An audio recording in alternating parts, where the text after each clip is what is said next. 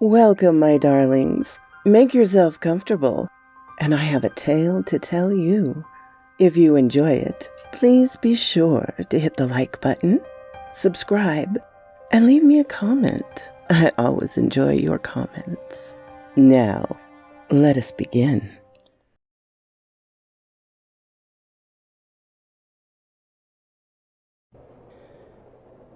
At the Mountains of Madness by H.P. Lovecraft, Chapter 3. None of us, I imagine, slept very heavily or continuously that morning. Both the excitement of Lake's discovery and the mounting fury of the wind was against such a thing. So savage was the blast, even where we were, that we could not help wondering how much worse it was at Lake's camp, directly under the vast unknown peaks that bred and delivered it. McTighe was awake at 10 o'clock and tried to get Lake on the wireless as agreed, but some electrical condition in the disturbed air to the westward seemed to prevent communication. We did, however, get the Arkham, and Douglas told me that he had likewise been vainly trying to reach Lake. He had not known about the wind, for very little was blowing into McMurdo's studio, despite its persistent rage where we were. Throughout the day we all listened anxiously and tried to get Lake at intervals, but invariably without results. At about noon, a positive frenzy of wind stamped out of the west, causing us to fear for the safety of our camp, but eventually died down, with only a moderate relapse at 2 p.m. After 3 o'clock it was very quiet, and we redoubled our efforts to get Lake, reflecting that he had 4 planes, each provided with excellent shortwave outfit. We could not imagine any ordinary accident capable of crippling all his wireless equipment at once. Nevertheless, the stony silence continued, and when we thought of the delirious force the wind must have had in his locality, we could not help making the most dire conjectures. At 6 o'clock, our fears had become intense and defined, and after a wireless consultation with Douglas and Thorfinson, I resolved to take steps towards investigation. The 5th aeroplane, which we had left at McMurdo Sound, supplied cash with Sherman and 2 sailors, was in good shape and ready for instant use, and if it seemed the very emergency for which it had been saved was now upon us. I got Sherman by wireless and ordered him to join me with the plane and the 2 sailors at the southern base as quickly as possible, and the air conditions being apparently highly favorable. Then we talked over the personnel of the coming investigation party and decided we would include all hands together, with the sledge and dogs which I had kept with me. Even so great a load would not be too much for one of these huge planes built to our special order for heavy machinery transportation. At intervals, I still tried to reach Lake with the wireless, but all to no purpose. Sherman, with the sailors, Gunnarsson and Larson, took off at 7:30 and reported a quiet flight from several points on the wing. They arrived at our base at midnight, and all hands at once discussed the next move. It was risky business sailing over the Antarctic in a single aeroplane without any line of bases, but no one drew back from what seemed like the plainest necessity. We turned in at 2 o'clock for a brief rest after some preliminary loading of the plane, but were up again in 4 hours to finish the loading and packing. At 7:15 a.m., January 25th, we started northward under McTighe's pilotage, with 10 men, 7 dogs, a sledge, a fuel and food supply, and other items including the plane's wireless outfit. The atmosphere was clear, fairly quiet, and relatively mild in temperature, and we anticipated very little trouble in reaching the latitude and longitude designed by Lake at the site of his camp. Our apprehensions were over what we might find or fail to find at the end of our journey, for Silence continued to answer all calls dispatched to the camp. Every incident of that 4.5-hour flight is burned into my recollection because of its crucial position in my life. It marked my loss at the age of 54 of all that peace and balance which the normal mind possesses through its accustomed conception of external nature and nature's laws. Thenceforth, the 10 of us, but the student Danforth and myself above all others, were to face a hideous, amplified world of lurking horrors which nothing can erase from our emotions, and which we would refrain from sharing with mankind in general if we could. The newspapers have printed the bulletins we sent from the moving plane, telling of our non-stop course, our 2 battles with treacherous up-air gales, our glimpse of the broken surface where Lake had sunk his mid-journey shaft 3 days before, and our sight of a group of those strange, fluffy snow cylinders noted by Amundsen and Bird as rolling in the wind across the endless leagues of frozen plateau. There came a point, though, when our sensation could not be conveyed in any words the press would understand, and a later point when we had to adopt an actual rule of strict censorship. The sailor Larsen was first to spy the jagged line of witch-like cones and pinnacles ahead, and his shout sent everyone to the windows of the great cabined plane. Despite our speed, they were very slow in gaining prominence. Hence we knew that they must be infinitely far off, and visible only because of their abnormal height. Little by little, however, they rose grimly into the western sky, allowing us to distinguish various bare, bleak, blackish summits, and to catch the curious sense of fantasy which they inspire as seen in the reddish Antarctic light against the provocative background of iridescent ice dust clouds. In the whole spectacle was a persistent, pervasive hint of stupendous secrecy and potential revelation. It was as if these stark, nightmare spires marked the pylons of a frightful gateway into forbidden spheres of dream and complex gulfs of remote time, space, and ultra-dimensionality. I could not help feeling they were evil things, mountains of madness whose farther slopes looked out over some accursed ultimate abyss. That seething, half-luminous cloud background held ineffable suggestions of a vague, ethereal beyondness, far more terrestrially spatial, and gave appalling reminders of the utter remoteness, separateness, desolation, and eon-long death of this untrodden and unfathomable austral world. It was young Danforth who drew our notice to the curious regularities of the higher mountain line. Regularities like clinging fragments of perfect cubes which Lake had mentioned in his message, and which indeed justified his comparison with the dreamlike suggestions of primordial temple ruins. On cloudy Asian mountain tops so subtly and strangely painted by Roerich, there was indeed something hauntingly Roerich-like about this whole unearthly continent of mountainous mystery. I had felt in October when we first caught sight of Victoria Land, and I felt it afresh now. I feel, too, another wave of uneasy consciousness, of arcane mythical resemblance, of how disturbing this lethal realm corresponded to the evilly framed plateau of Lang in the primal writings.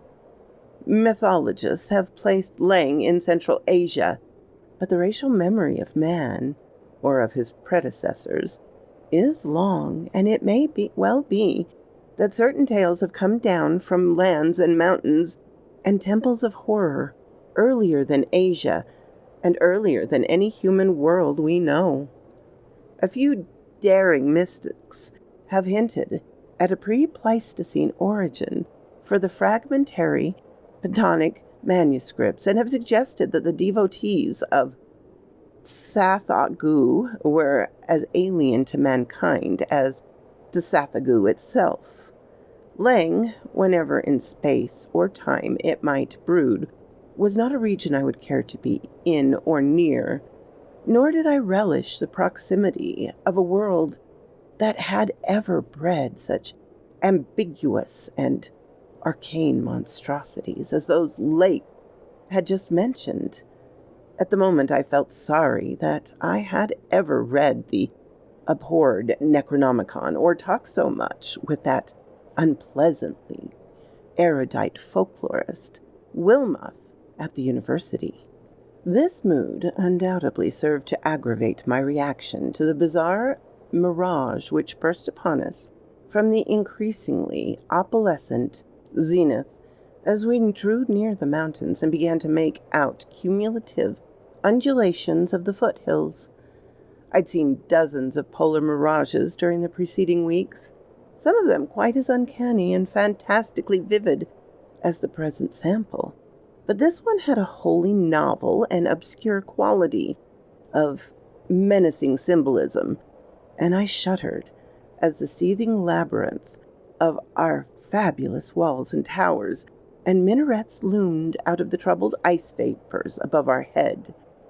The effect was that of a cyclopean city, of no architecture known to man or to human imaginations, with vast aggregations of night-black masonry, embodying monstrous perversions of geometric law.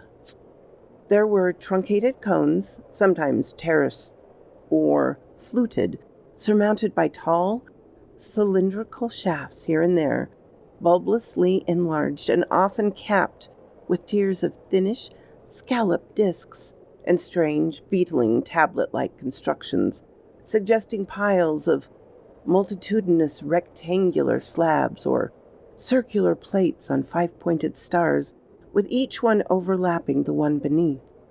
There were composites, cones, and pyramids, either alone or surmounting cylinders, or cubes, or flattered, truncated cones and pyramids, and occasionally needle-like spires in curious clusters of 5. All of these febrile structures seemed knit together by tubular bridges crossing from one to the other at various dizzying heights, and the implied scale of the whole was horrifying and oppressive in its sheer giganticism.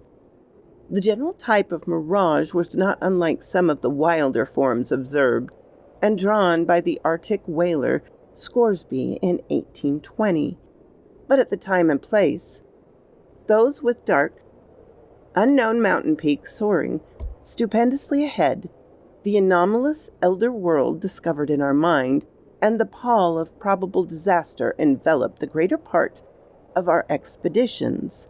We all seemed to find in it a taint of latent malignancy and indefinite evil portent.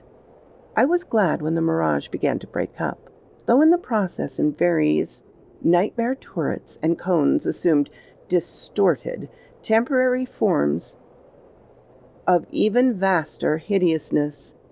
As the whole illusion dissolved into churning opulence, we began to look earthward again, and saw that our journey's end was not far off. The unknown mountains ahead rose dizzily up, like a fearsome rampart of giants. Their curious regularities showed with startling cleverness, even without a field glass. We were over the lowest foothills now, and could see amidst the snow, ice, and bare patches of their main plateau a couple of darkish spots which we took to be Lake's camp and boring. The higher foothills shot up between 5 and 6 miles away, forming a range almost distinct from the terrifying line of more than Himalayan peaks beyond them. At length, Ropes, the students who had relieved McTighe at the controls, began to head downward towards the left-hand dark spot whose size marked it as the camp. As he did so, McTighe set out the latest uncensored wireless message the world was to receive from our expedition. Everyone, of course, had read the brief and unsatisfying bulletins of the rest of our Antarctic sojourn. Some hours after our landing, we sent a guarded report of the tragedy we found and reluctantly announced the wiping out of the whole lake party by the frightful wind of the preceding day, or of the night before that. They were 11 known dead. Young Gedney was missing. People pardoned our hazy lack of details through realization of the shock and sad events must have caused us, and believed us when we explained that the mangling action of the wind had rendered all 11 bodies unsuitable for transportation outside. Indeed, I flatter myself that even in the midst of our distress, utter bewilderment, and soul-clutching horror, we scarcely went beyond the truth in any specific instance. The tremendous significance lies in what we dare not tell, what I would not tell now, but for the need of warning others off from the nameless terrors. It is a fact that the wind had wrought dreadful havoc. Whether all could have lived through it, even without the other thing, is gravely open to doubt. The storm, with its fury of maddening driven ice particles, must have been beyond anything our expedition had encountered before. One aeroplane shelter, all it seems, had been left in a far too flimsy, inadequate state, was nearly pulverized, and the derrick at the distant mooring was entirely shaken to pieces. The exposed metal of the grounding planes and drilling machinery was bruised into a high polish, and 2 of the small tents were flattened despite their snow banking. Wooden surfaces left out in a blast were pitted and denuded of paint, and all signs of tracks in the snow were completely obliterated. It was also true that we found none of the Archean biological objects in the condition to take outside as a whole. We did gather some minerals from a vast, tumbled pile, and including several of the greenish soapstone fragments, whose odd 5-pointed rounding and faint patterns of grouped dots caused so many doubtful comparisons, and some fossil bones, among which were the most typical of the curiously injured specimens.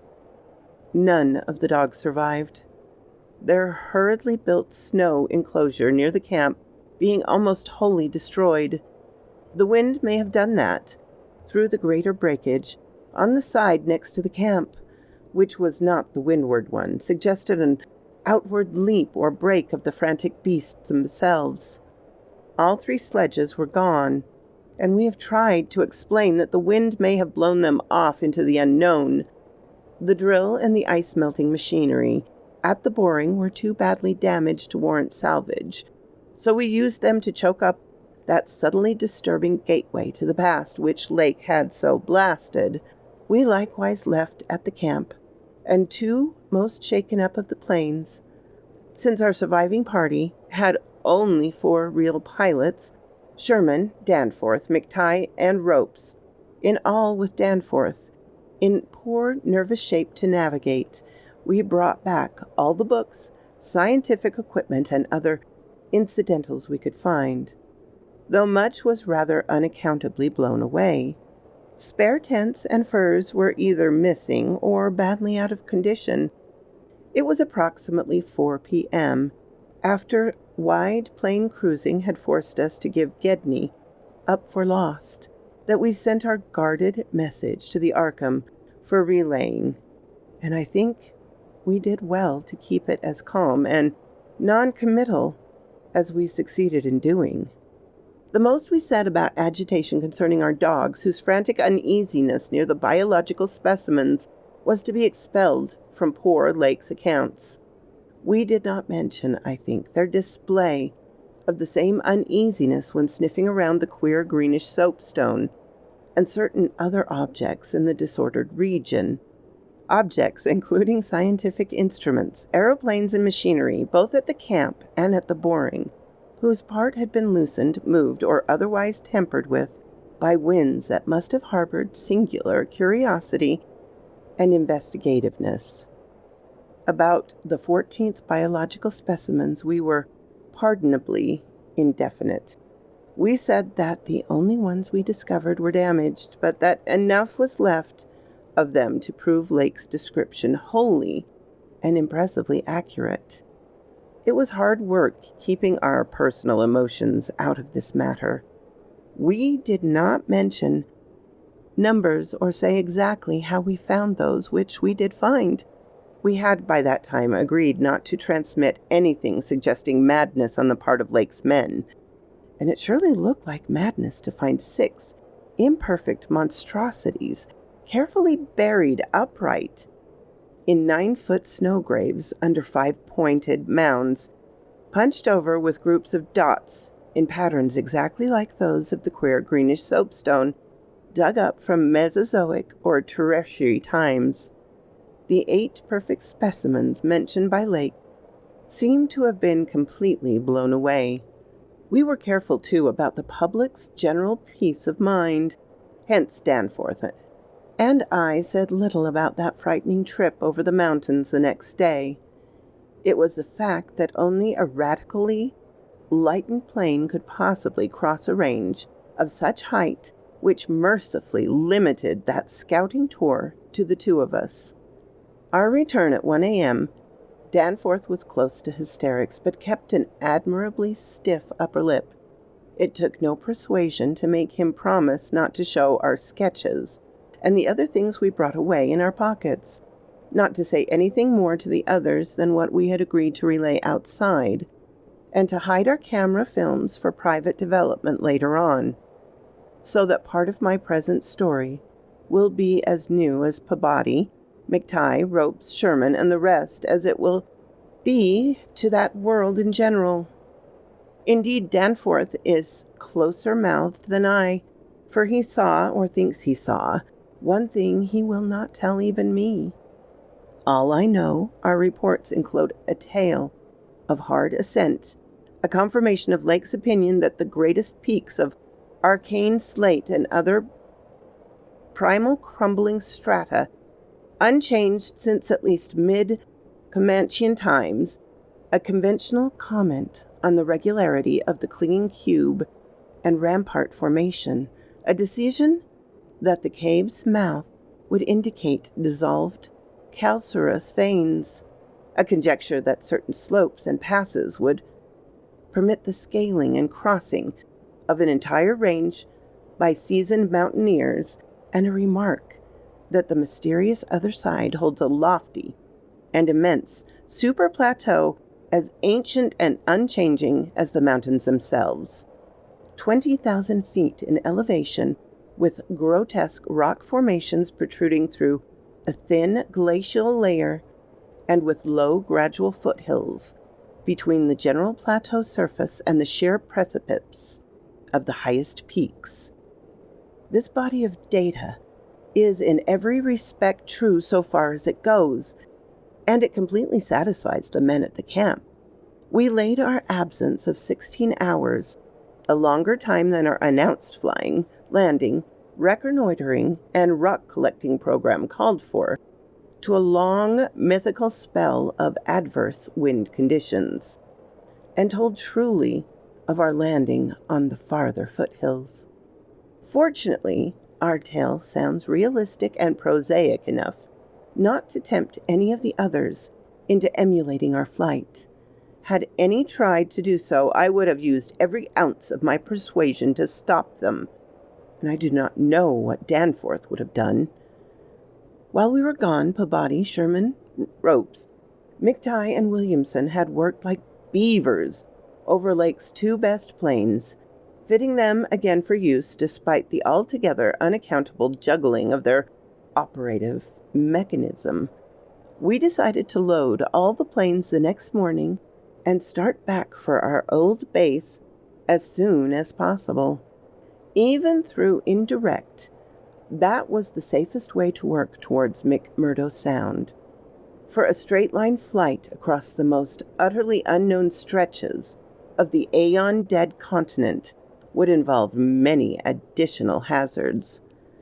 Further explanation was hardly feasible in view of our tragic decimation and the ruin of our drilling machinery. The doubts and horror from around us which we did not reveal, made us wish only to escape from this austral world of desolation and brooding madness as swiftly as we could. As the public knows, our return to the world was accomplished without further disasters. All planes reached the old base on the evening of the next day, January 27th, after a swift, non-stop flight, and on the 28th we made McMurdo Sound in 2 laps, the one pause being very brief and occasioned by faulty rudder in the furious wind over the ice shelf after we had cleared the great plateau. In 5 days more, the Arkham and Miskatonic, with all hands and equipment on board, were shaking clear of the thickening field of ice and working up Ross Sea, with the mocking mountains of Victoria Land looming westward against the troubled Antarctic sky, and twisting the wind's wails into a wide-ranged musical piping which chilled my soul to the quick. Less than a fortnight later, we left the last hint of Polar Land behind us, and thanked heavens that we were clear of a haunted, accursed realm where life and death, space and time, have made black and blasphemous allies into unknown epochs since matter first writhed and swam on the planet's scarce-cooled crust. Since our return, we have all constantly worked to discourage Antarctic exploration and have kept certain doubts and guesses to ourselves with splendid unity and faithfulness. Even young Danford, with his nervous breakdown, has not flinched or babbled to his doctors. Indeed, as I have said, there is one thing he thinks he alone, which he will not even tell me, though I think it would help his psychological state if he would consent to do so. It might explain and relieve much, though perhaps the thing was not more than the delirative aftermath of an earlier shock. That is the impression I gather after those rare, irresponsible moments when he whispered disjointed things to me, things which he repudiated venomously as soon as he gets a grip on himself again. It will be hard work deterring others from the great white sound, and some of our efforts may directly harm our cause by drawing inquiring notice. We might have known from the first that human curiosity is undying, and that the results we announced would be enough to spur others ahead on the same age-long pursuit of the unknown. Lake's report of those biological monstrosities has aroused naturalists and paleontologists to a highest pitch, though we were sensible enough not to show the dispatched parts we had taken from the actual buried specimens, or our photographs of those specimens as they were found. We also refrained from showing the more puzzling of the scarred bones and greenish soapstones, while Danford and I closely guarded the picture we took or drew on the super plateau across the range, and the crumpled things we smoothed, studied in terror, and brought away in our pockets. But now that Starkweather Moor party is organizing, and with a thoroughness far beyond anything our outfit attempted, if not dissuaded, they will get to the innermost nucleus of the Antarctic and melt and bore till they bring up that which we know may end the world. So I must break through all reticence at last, even about that ultimate, nameless thing beyond the mountains of madness. So quoth this raven. What? You're still here after the whole story? I really appreciate that, darlings. Please hit the like button and subscribe if you haven't. And I always love to hear from you. Have a glorious day, my darlings.